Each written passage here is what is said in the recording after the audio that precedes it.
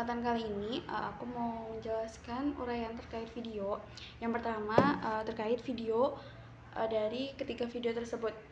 Ini menjelaskan tentang identifikasi potensi bahaya, penilaian risiko, dan juga jenis bencana serta dampaknya.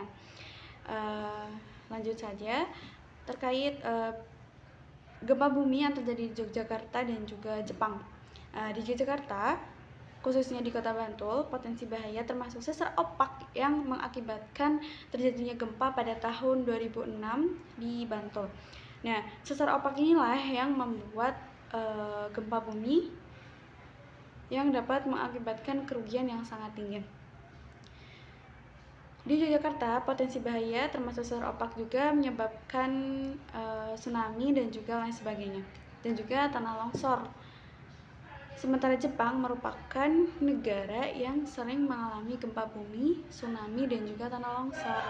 Nah, penilaian risiko mencangkup pemeriksaan terhadap kondisi bangunan, kesiapsiagaan masyarakat, serta potensi ancaman dan juga sesar yang ada. Karena dalam penelitiannya, sesar itu tidak hanya berada di Yogyakarta, tetapi ada di beberapa tempat di Jawa juga, seperti itu.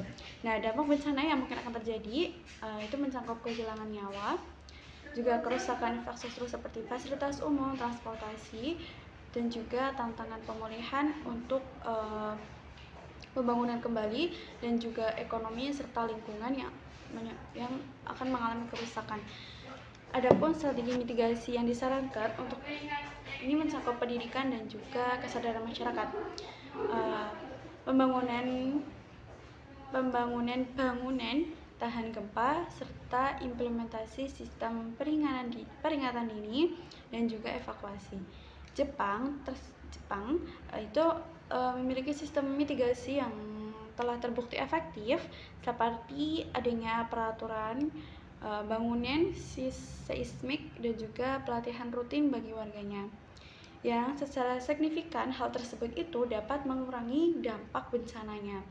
Nah, teknologi pengurangan risiko seperti bendungan Sabo dan juga jembatan dengan peredam kejut juga diterapkan di Jepang. Beda halnya dengan kita di Indonesia, khususnya di Yogyakarta. Nah, secara keseluruhan, baik Jogja maupun Jepang mengidentifikasi potensi bahaya dan juga risiko serta melakukan strategi mitigasi untuk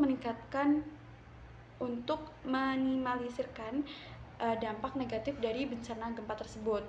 Nah, Jepang jelas memiliki pengalaman lebih banyak ketimbang kita di Jogja gitu, karena telah mempersiapkan kesiapsiagaannya sehingga dapat menjadikan contoh baik dalam penanganan bencana alam. Perbandingan Indonesia dan juga Yogyakarta, khususnya Indonesia dan juga Jepang telah memiliki perbedaan dalam penanganannya untuk menghadapi dan juga mencegah bencana gempa bumi tersebut. Nah, Indonesia bisa kita lihat Indonesia ini masih memiliki beberapa kendala dalam memitigasi bencana gempa, seperti minimnya infrastruktur bangunan yang tahan gempa dan juga kesiapsiagaan masyarakat yang masih rendah. Di sisi lain, Jepang telah terbukti efektif dalam mengurangi risiko dan juga dampak bencana gempa bumi melalui sistem peringatan dini dan juga peringatan dini yang canggih dan peraturan bangunan seismik yang ketat serta pelatihan rutin bagi masyarakatnya.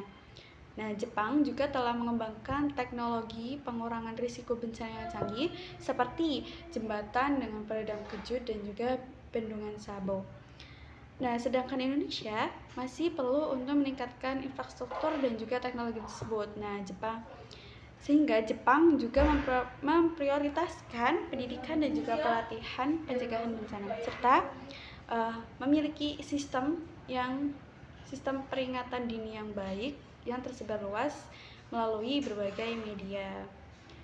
Nah, secara keseluruhan Jepang telah memiliki kesuksesan dalam mengelola bencana gempa melalui pendekatan holistik dan juga secara berkelanjutan. Sedangkan Indonesia masih memiliki ruang untuk meningkatkan dalam memitigasi bencana gempa bumi. Nah, dengan mempelajari dan juga menerapkan strategi mitigasi yang efektif, Indonesia dapat meningkatkan kesiapsiagaan dan juga ketaatan masyarakatnya terhadap bencana alam termasuk gempa bumi tersebut. Sekian, terima kasih.